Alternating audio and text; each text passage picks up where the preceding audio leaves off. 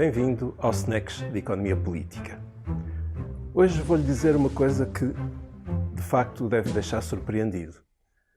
O país emite dívida em moeda estrangeira. É estranho, não é? Mas é verdade. O euro, para Portugal, é uma moeda estrangeira. De facto, Portugal não tem um banco central. Quem gera o euro é o Banco Central Europeu e esse não depende de nenhum Estado-membro em particular. Portanto, temos uma situação em que a dívida pública portuguesa é emitida numa moeda e o país não tem um banco central para garantir o pagamento dessa dívida. Eu vou explicar melhor. Um país com moeda soberana, aquele que tem um banco central próprio, é um país que nunca falha o pagamento das suas dívidas. E sabe porquê? Porque no dia do vencimento de uma dívida, o Banco Central credita a conta do Tesouro pelo montante de que ele precisa para pagar a dívida. Os mercados compram sempre a dívida desse Estado, sabendo de antemão que ele nunca vai falhar porque tem um Banco Central por trás. Portanto, o Banco Central nem precisa de financiar o governo porque os mercados compram sempre a dívida desse governo. Estão garantidos pela existência de um Banco Central. Aliás, já deve ter percebido que o Japão, com mais de 200% de dívida pública, não tem dificuldade nenhuma em colocar a sua dívida no mercado. E porquê? Tem um Banco Central. O mesmo se passa com quase a totalidade dos países do mundo. É assim que as coisas funcionam.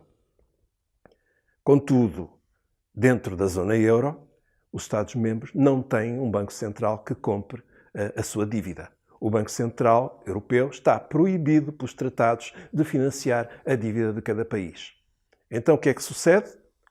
Os países da zona euro estão reféns dos mercados financeiros. São os operadores financeiros que decidem se financiam ou não o Estado.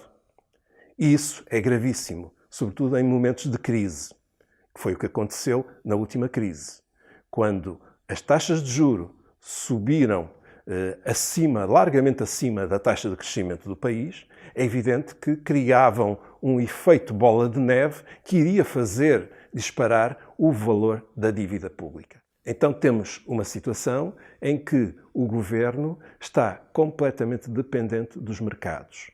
Claro que o Banco Central Europeu, intervindo no mercado secundário, quer dizer, naquele mercado onde os operadores financeiros vendem uns aos outros dívida dos vários países, o Banco Central Europeu pode intervir e fazer subir o preço de uma dívida de forma a que o juro implícito nessas operações venha cá para baixo e o Estado continue a financiar-se emitindo dívida nova a um juro baixo, que é o que corre nos mercados.